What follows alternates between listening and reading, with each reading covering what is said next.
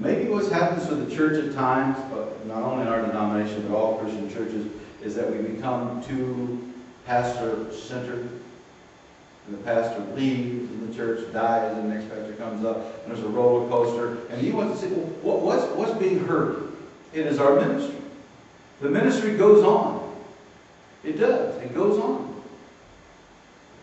We may lose the pastor, we may lose the organist, we may lose this person, that person, and we regret that. It saddens our heart. But we still have the work of Christ to do. And what drives us? What gives us energy? Paul says it is the same Spirit, the same Lord, the same faith that was given to every person here. It would be boring if everyone was exactly like me or you. There's a variety that people bring. New ideas.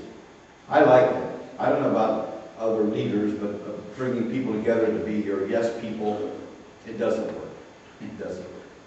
You bring people together around you to do the work of Christ, who have a variety of ways of looking at things, a variety of gifts to bring, and then the whole work of Christ is being done in the community and to the world around about us.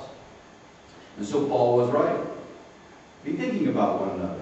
Now you have this gift. Well, that's nice, but you're not the only one, and it's not the top one. In fact, maybe there is no top one. Maybe it's all equal. It's simply, this is your task. This is what God has called you to be and do. Do it. Do it for the glory of God. For God has given to you. You have become a part of the body of Christ. I don't know about you. I've mentioned this before. Let one little thing in the body not function properly. What does it do? It makes the whole body weak or ineffective.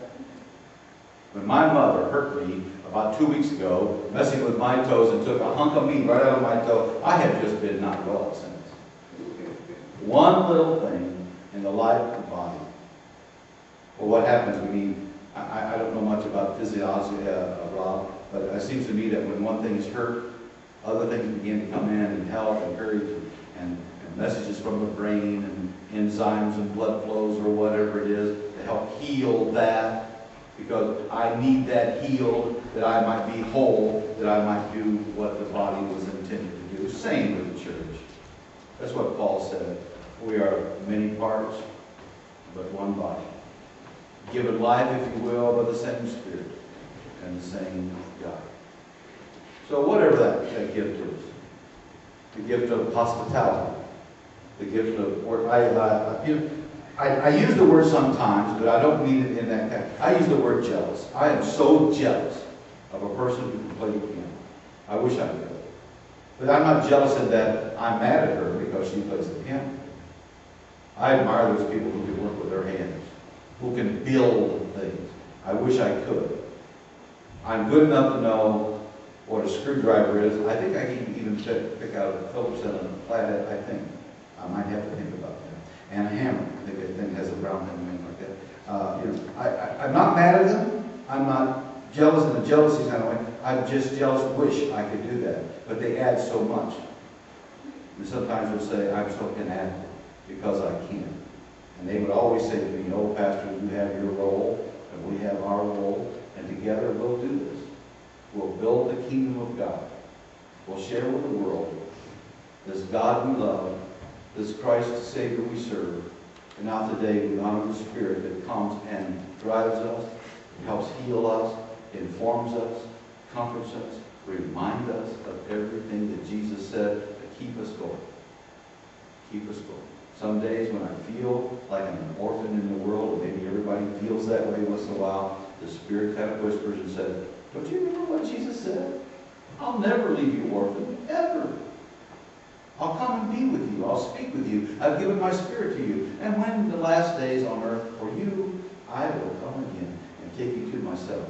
And I would say to the Spirit who's speaking to my spirit, thank you, Spirit, for speaking to me, and now I feel better today.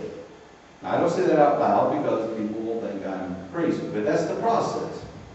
At least it works for me. That's the process.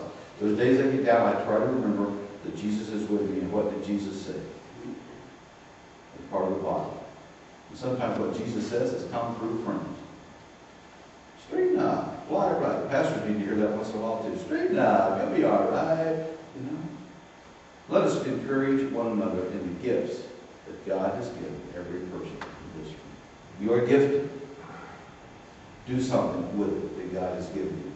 And you will grow, and the body will grow. Let us pray. Lord, we do thank you for being a part of the church. Not just a hanger on, God. You never envisioned that. Christ felt that we were equal together. Equal in your love and equal in your sight. Different in gifts and abilities. But none worse, none better, just different. And so we have that variety among us. And we're just amazed to see those people at work and using their gifts, working the room, encouraging one another. A person strong in prayer. And you know that if you need some deep down prayer, there's always a person you go through. Could you pray for me? Lord, thank you for sending people like that. For those of whom may be ill, you know, there's always some people who are going to stop in that hospital. You're always going to get a card from so-and-so. You're going to be lifted up. A kind word. You go to church, you're going to see so-and-so. They're always going to have that bright smile on their face. So many gifts, Lord, to expand our thinking of them. That they may all be used, coming from you, same God, same Spirit, but used for the common good. All this we pray in the name of the Father, and the Son, and the Spirit. Amen.